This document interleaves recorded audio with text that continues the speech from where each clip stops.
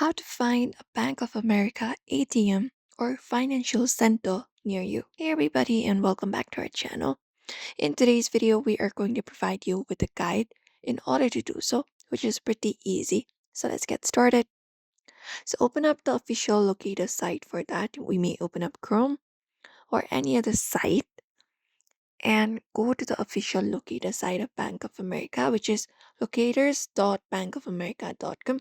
This one right here. Now, once we enter it up, we need to enter up a city or a zip code. So within this space right here, what we need to do is directly provide in the details.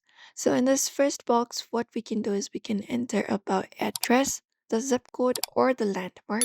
So provide it up in this section and we can select the option if you want to view the currently open ones or the one which also opens on Saturdays. So you can check mark these options while you are entering up the zip code and the landmark if you want to filter it out. And once this is done, what we can do is we can even just go over and look out for financial center services and tap on it and we can filter it out. So we can just go over and select if you would like to look out for your ATM services available, check mark those and set the filter.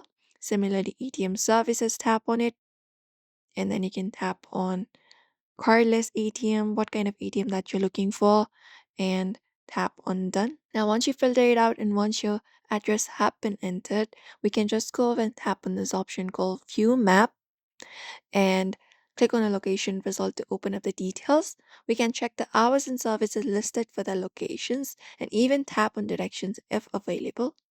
And once it is done, you can confirm that you've found the current location and even the card for the hours that you're looking for.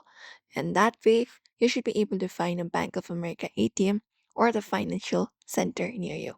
And that's it. So that is it, everybody. Usually, this is how you do it. You may follow up this method for that, which is pretty easy. So we hope this video was helpful. Ensure to give this video a like and subscribe for more tips and tutorials.